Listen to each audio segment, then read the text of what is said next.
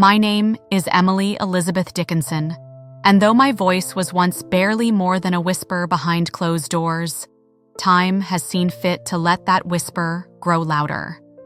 I was born in Amherst, Massachusetts on the 10th day of December in the year 1830. It was a world both strict and flowering, where silence was a virtue and thoughts were expected to sit still. But my thoughts rarely sat still.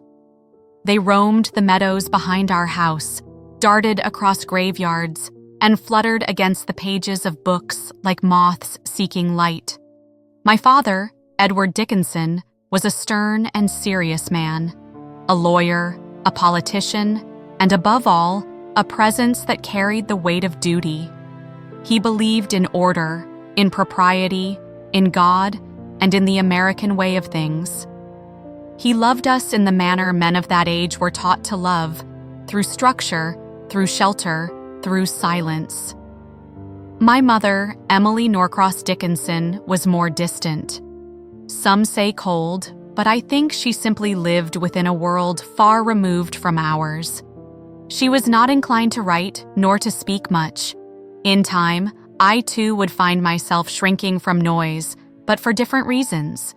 We were 3 children. Austin, my older brother, was the golden sun. Lavinia, my younger sister, the light of our domestic world. And I was the quiet one, the one who lingered by windows, who stared too long at bees, who memorized the slope of clouds. I read voraciously. Shakespeare, the Bible, Emerson, Bronte. I remember feeling each sentence like a gust of wind against the soul, invigorating, unsettling, essential. I began attending Amherst Academy when I was barely 15, a fine institution for young women, rigorous and proper. I wore white aprons and bent over arithmetic like the rest, but my mind was always elsewhere. My heart leaned toward poetry and natural philosophy. I loved botany with a passion few understood. The veins of a leaf were as sacred to me as the lines of a psalm. From there, I went on to Mount Holyoke Female Seminary. A single year was all I endured. The school demanded spiritual confessions I could not, in good conscience, offer. They asked, "Are you among the saved?" And I answered, "I do not know." For that, I was labeled a no hope. But I would rather stand in doubt than kneel to certainty that did not belong to me. Returning home to Amherst was, in many ways, a liberation. My father's house on Main Street was large, full of rooms and expectations. Yet within it, I carved out a sanctuary. My room on the upper floor became my universe. A desk, a lamp, a window that opened to the orchard. This was all I needed. I wrote in the early morning, sometimes before the birds, sometimes in the stillness of midnight. I wrote with a fever, a hunger, a reverence that bordered on the divine. My poems were small and dense, compact galaxies of thought. I did not obey the rules of meter or rhyme. I used dashes where others used commas, silence where others demanded noise. Editors rejected me. They wanted polish, polish, polish. I wanted truth, raw, strange, untamed. For much of my life, I remained hidden from the public eye. I attended fewer and fewer gatherings. Visitors came and went, but I often stayed upstairs. My white dress became both armor and symbol. People wondered why I wore white. I never told them. The truth is, white is not innocence. White is absence. White is every color unspoken. Though I stayed within the walls of my home, my world was not small. I corresponded with people across the country. Letters became my breath. My soul leaked into every envelope. Among them was Thomas Wentworth Higginson, a man I never met in person until years later. He was a writer, an editor, a mentor of sorts. I sent him my poems, timidly, carefully. He called them spasmodic. He meant it kindly, I think, but I did not want kindness. I wanted comprehension. There were others who moved the waters of my heart. Charles Wadsworth, a clergyman from Philadelphia, was one. He was married, unreachable, a storm behind glass. We met only a few times, and yet he became a figure in my emotional landscape, a muse perhaps, or a mirror. Our letters were filled with longing, restraint, and questions no one dared speak aloud. As years passed, my social orbit shrank. I no longer crossed the threshold of our front door. I watched seasons turn from my window and charted the decay of petals as if reading scripture. People in town began to call me the myth. I did not mind. A myth has power. A woman in plain sight is often invisible, but a myth makes people wonder. My family life pulsed quietly around me. Austin married Susan Gilbert, who became my sister-in-law, my neighbor, my closest confidant. Susan understood poetry. She understood me. I wrote dozens, perhaps hundreds of poems to her. Love poems, if you wish to name them so. But labels are clumsy things. What we shared defied such words. Lavina, my dear sister Vinnie, was my protector, my co-conspirator. She guarded my privacy with ferocity and grace.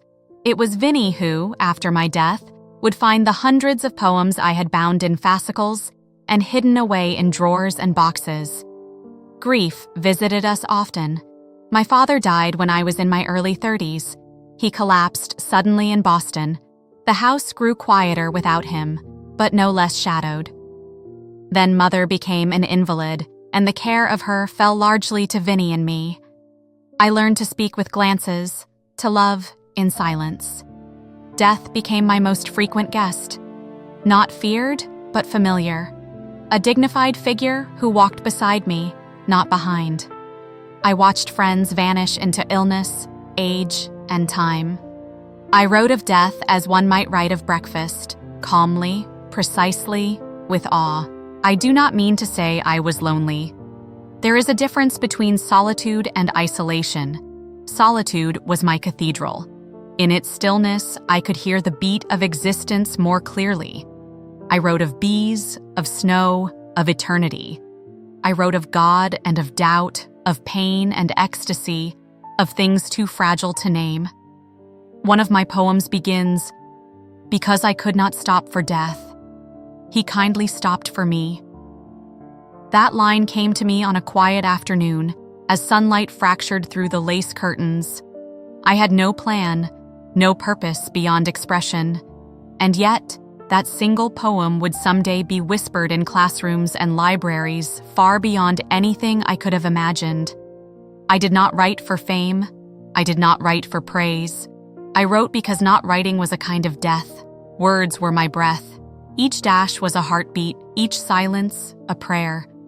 As the years curled inward like autumn leaves, my world grew smaller but never less full.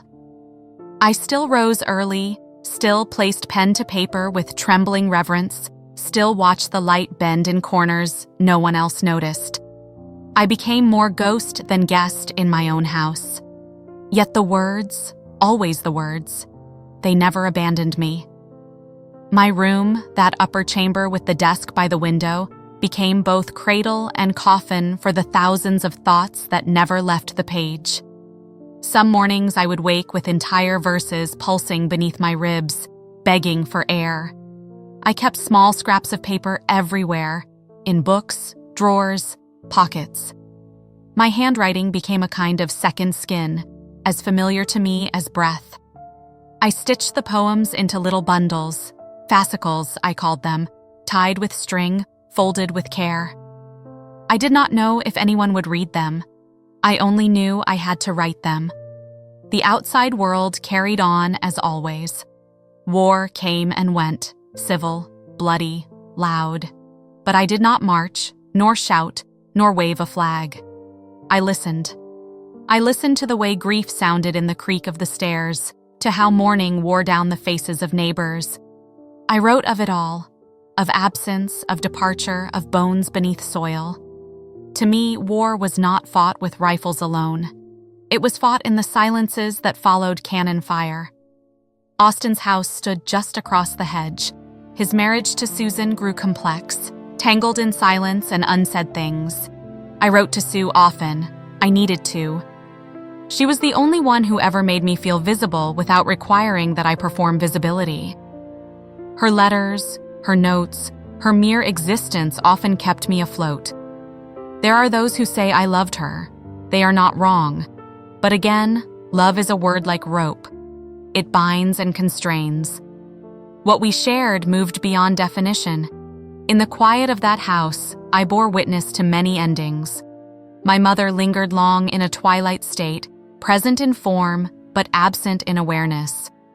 When she passed, there was sorrow, yes, but also release. My father's death had come like a sudden door slammed shut. My mother's, like a candle burning low until it vanished. Both left shadows I did not try to chase. My health began to waver, headaches that lasted days, dizziness that stole my footing. My eyes grew tired, and yet I still read, still wrote, sometimes by memory alone. Some said I was frail. Some said I was mad. But the truth is simpler. I was simply attuned to things most people had forgotten how to feel. The flutter of a moth, the shift in wind, the echo of a footstep across a floor no one else had walked. These were the things that made up my days. I continued to correspond with Thomas Wentworth Higginson. He came to visit once, finally, after so many years of letters. I greeted him in the parlor, a rare event. I wore white, of course. He described me as a wholly new and original poetic genius. I smiled politely, but such words meant little to me. Genius was not a title I sought. I only wanted to translate the unspeakable.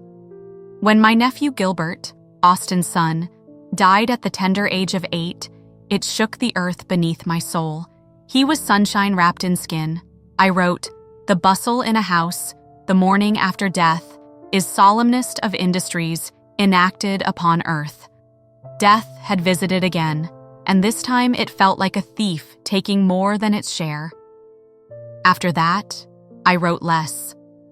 Not because there was less to say, but because saying it hurt too much. My heart, quite literally, began to falter. The doctors called it Bright's disease, a slow, suffocating failure of the kidneys. I knew it was the body closing shop, so to speak. I did not fear it.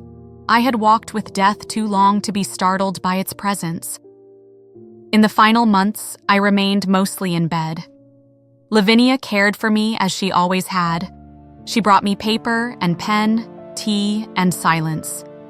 I dictated some lines aloud, but most remained locked behind eyes too weary to open fully. I felt myself slipping, not falling, but gliding, into a realm I had visited 1,000 times in verse. On the 15th of May, in the year 1886, I exhaled for the last time. I do not recall the exact moment. Death was not an interruption, but a continuation. What came after was not mine to witness, but I will tell you what I know, for somehow I feel the pulse of what happened next. Vinnie, my fierce, loyal Vinnie, discovered my fascicles. Hundreds of poems bound with ribbon hidden in drawers and boxes, pressed between old letters and herbariums. She understood, perhaps more than anyone, what they meant. She took them to Higginson and Mabel Loomis Todd, who began the work of bringing them to light. My poems were edited at first, scrubbed, rearranged, repunctuated. My wild dashes tamed, my odd capitalizations smoothed. But still, they survived. And in time, their original form was restored. The world began to read me, century after century, voice to voice. They read, "Hope is the thing with feathers." They read, "I'm nobody. Who are you?" and found themselves smiling in recognition. They read, "I heard a fly buzz when I died," and grew quiet. They read, "My life had stood, a loaded gun," and perhaps, just perhaps, they understood the weight I carried. Today, they call me one of America's greatest poets, A master of form, a pioneer of the interior world. Students memorize my verses, scholars dissect my stanzas, actors perform monologues in my voice, and yet, I still live in the quiet places, in libraries, in notebooks, in the hush between heartbeats. I did not seek immortality. I sought clarity. I sought the truth that lives between breath and silence. I found it in bees and snowflakes, in tombstones and teacups, in pain and in praise. If I could speak to you now, truly speak, I would say this: cherish your stillness, question your certainties, and write, even if no one ever reads you, especially then. My name is Emily Dickinson. I never left my room, and yet, somehow, I have never stopped speaking.